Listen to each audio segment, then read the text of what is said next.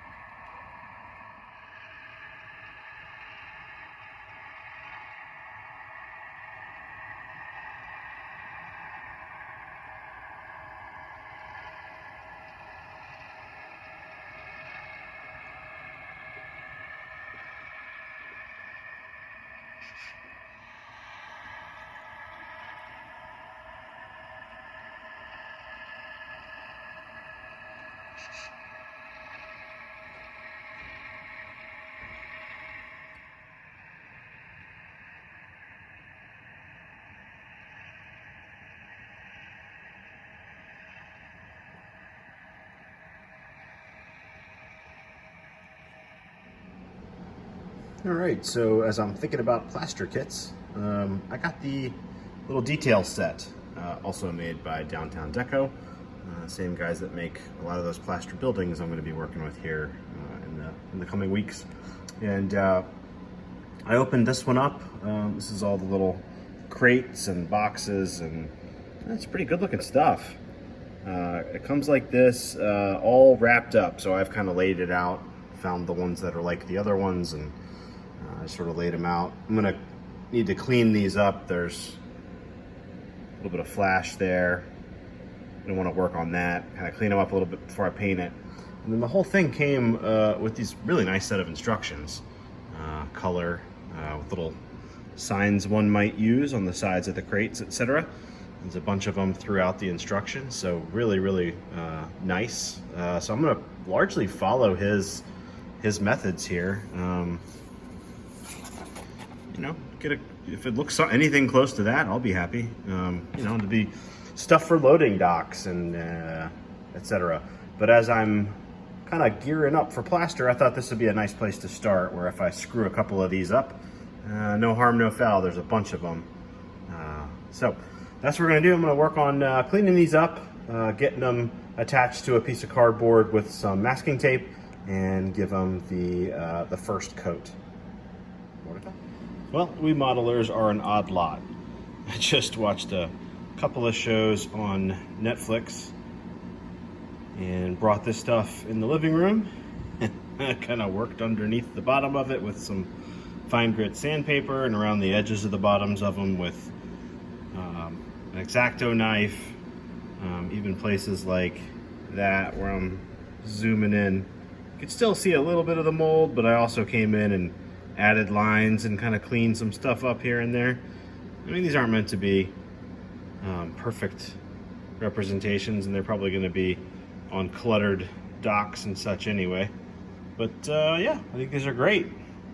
So I think my next step is to prime and paint them. The whole thing came with 2 junk piles there, and then a couple of trash cans as well. But it was mostly crates, boxes, some of them open, some of them not. So lots of interesting stuff here. So yeah, next step is to, I think I'll just use a spray bomb and get these things primed and painted. Okay, so this has got a little bit of a base color here. The crates and boxes are, well, this is all Vallejo hobby spray. That is US khaki. And then the trash piles, they got just flat black. And the trash cans got some German field gray followed by Tamiya aluminum gloss. So these are the hobby sprays. The cans look like, and those are the colors I used. So I'm thinking about doing something different. I've not seen this done in the model railroading community. However, if you see like the little mini game minis for war games or Dungeons and Dragons or whatever, they use a technique called Zenithal fade. And specifically on this trash pile with that nice dark undercoat, what you would do is come straight down on the top of it with a really fine mist of white. You could use a spray bomb. I've painted a few minis. I find it to work a little bit better with the airbrush just because it's a finer mist. And so if you come over the top with a really fine, really fine white mist and hit the highlights, the areas where the light might otherwise hit, it helps you from a painting standpoint, just painting the details, because it shows you where the light's going to hit. But I believe it also, if you're using thin coats, I think it changes the base color. You know, if you're like a red's going to look darker over top of black than white. And so you get a little bit of a natural cheat, a natural highlight, if you will, right there in the paint. So yeah, you got the layout lighting doing some of the work for you, but to really mimic the way things look outside in the sun and the full range of colors you get, this Zenithal fade, yeah, it may work. So I'm going to try that and maybe introduce some of you guys in the model railroading community to maybe a new concept. So we'll see how it works, and I'll come back after I've done it.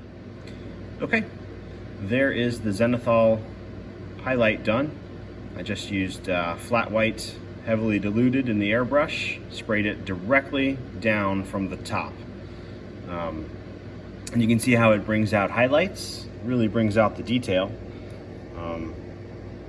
It will help me as a painter identify, you know, where the light is going to hit things and where the shadows are going to be.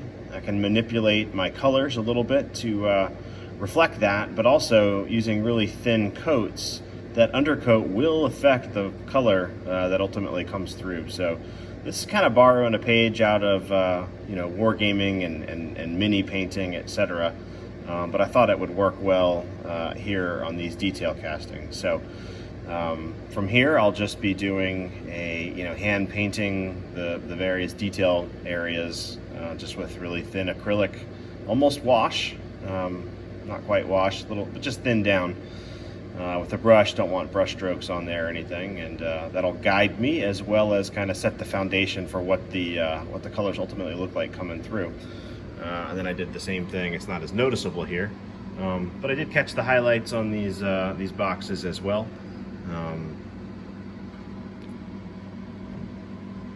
So that's kind of what those look like.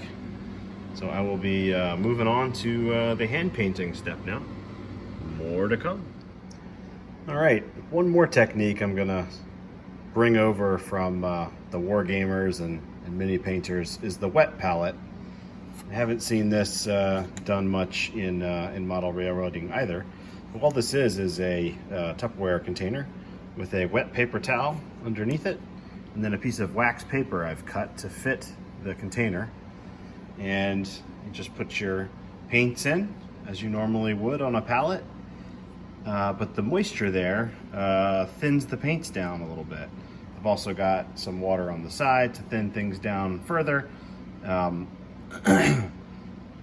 then if you've got colors you've mixed together and you don't feel like painting anymore today, you just put the lid on and come back tomorrow, take the lid off, mix things around a little bit, and voila, your color's back. So things won't dry out in here for days. I think this is a method that's worth a shot. I've done some mini painting for war games and stuff like that, and it works well for that. So I thought I would try it here, because painting these junk piles and some of the detail in these crates is not unlike the level of detail you're trying to paint on those minis. So let's see how this works. I'll come back and show you where we're at. All right, so here's just a really light coat of some color added to the various junk piles and crates. Spent an hour or two last night doing this, listening to music. And there's the wet palette I was talking about. Now, there is a giant blob of brown in there, and that's because the bottle got a little bit clogged, and I squeezed it really hard to unclog it, and a whole bunch shot out. But all these other colors over here, you can see, you don't need very much, just a drop or two, and it goes a long way. These will all need to be, reconstituted and mixed up. That brown's kind of separating a little bit, but it's very easy to, you just stir it up in here, which I'll do real quick. Just kind of wash it around, and it recovers its consistency. And I used this last night. It's now been close to 24 hours, and all this paint is good to go. There is nothing wrong with any of this paint. And you can see in between, I kind of did color, like I did yellow, orange, red, purple, blue, green. I kind of did the rainbow a little bit so I could mix in between them. And I was kind of mixing colors down in here, and then I'd bring brown over into it to kind of give it a bit of a washed out look. So it wasn't just bright red, it's a little bit of an off red. It wasn't just bright blue, it's a little bit of a darker blue. Same thing over here with that other barrel. That's the brown with some white tint in it and stuff. And this will all get a wash and a bit of a dry brush still. But that's kind of the idea. I'm just bringing out a few little things of interest here and there before the washes and dry brushing bring out the rest of the detail. Just get a little bit of color going on. And I stopped. I'm not done. You can see these ones here. They still need a little bit of paint. But the idea here is some of those custom colors I mixed up last night, like pulling some red with a little touch of orange and some brown into it. Some of these custom colors I mixed up, I could still use them, even though it was last night. So that is the wet palette in action. That is what it does. It gives me a nice thin coat, which you won't see. It's not the cleanest thing you've ever seen, but these are really small, and you won't see globs of paint because it's going on really thin, even with a brush. Same over here, going on really thin. So between the thinness of the paint, because they're way too thick in the bottles, and these are just regular Vallejo, not even Vallejo Air, so these are really, really thick. So the wet palette, and sometimes I even grab a little bit of water and bring that into my mix as well. So that's kind of what I was doing and how I was mixing things up. Over here on the right, just a little bit of black and brown. You pull those two together, you get a nice umber. If you pull a little gray in it, which you see on the right-hand side there, over here, it's a little bit of a different kind of an umber. And so those are some of the colors I use just to kind of, these things look like they should be metal. And I use some of those colors over here as well. So that's kind of in progress with the wet palette and sort of what it looks like. I'll probably do a little bit more of this today. And then probably move on to washes. So we did the Zenithal fade on both of these, and now we're using the wet palette for detail work. So it's fun. You kind of just kick around, and I'm just doing stuff at random. I think the eventual washes and stuff will pull it all together real nice. So I'm happy with how this is progressing. All right. So after doing a bunch of detail work with the paints I had in the wet palette that I was showing last time, I came through, let all that stuff dry, and then I came through with some washes. And these are the 4 I used, although the 2 in the middle, dark earth and rusty brown, were the 2 I used the most. Real rust is pretty bright red. Use that a little bit sparingly. I did touch a couple of places with some grimy black here and there just for some extra dark, but in general, on the crates and stuff, I used the dark earth. And I used rusty brown more on the junk piles, which is what I'm going to show here first. So that's kind of what it looks like. Get that where you can see it. All right, so here's sort of junk pile number 1 with the washes. And you see how, especially in those the little containers and stuff that are there, how the washes really toned down those bright colors I was using. Same thing with some of these barrels. I mean, the yellow's still a little bit, yellow's yellow, but the blue toned down a good bit. That one in the ground is basically an earth color now. And the red one got knocked way down, almost looks like rust now, which is great. So that's what the junk pile number 1 looks like. And I'll flip over here and show you junk pile number 2. So same idea. The bright colors get knocked back a good bit by the washes. Little, random stuff in that crate there. Looks like it's been getting weathered and dirty. So I'm happy with that. Happy with how that turned out. And we'll definitely be using that somewhere. All right, let me show you what else we did. Crates and crates and crates and crates. So this is how these guys turned out. I'm happy with this as well. Same idea. These crates in the front and the foreground here. Let's see how my finger's very big. They're very small. But these crates in the foreground is where I use lots of different kind of bright colors on those, various cans and containers and whatever that stuff is in there. And then coming over it with the wash really toned it down. Move this around a little bit so you guys can see. But mostly here, again, I was using the dark earth mostly on the wooden crates themselves. And it went down with it's a isopropyl based wash, and it got down in the cracks and crevices really nice. I'll probably still dry brush these very, very lightly in various places. I'm gonna spin this around so you can see everything here. Let's focus on that one for a second. So those ones in the back were the bigger castings with lots of stuff going on. But again, very happy with this. These will look great on loading docks, or if I do some warehouse interiors, have some stuff piled up near doors where you can kind of see inside, but not too much. And obviously there's a couple places here where the casting had a little hole in it or something. I suppose I could have gone and plugged that, but I could also just put it with that side facing away from the aisle, so you won't see it anyway. So I'll give these a dry brush, maybe, thinking about it. That's what the instructions say to do. The instructions call for an acrylic wash, which, isopropyl based one is acrylic, but it runs better than just water. It doesn't have all that surface tension to deal with. So again, very happy with how this turned out. I will say that these things, even after priming, boy, do they soak up paint in a hurry. So it's just working with them is a little different. So I was glad to have these little guys to work with before I take on some of the bigger ones. So crates and boxes and boxes. One more thing to show, right? And these are the little trash cans. So HO scale trash cans. They're probably not more than, I don't know, 1/3 of an inch tall. Very, very small. But here's where I used a little bit of that regular rust color on the top. And then over the sides, they got that dark earth, which brings out the detail a little bit. So just show these, for background. You wouldn't put these right up front, but they'll look fine on a loading dock or amidst a bunch of other stuff in HO scale. All right, to put a bow on this one, my last step here was just going over the whole thing with a matte finish to seal in the pigments from the wash. Thanks for watching. These were fun.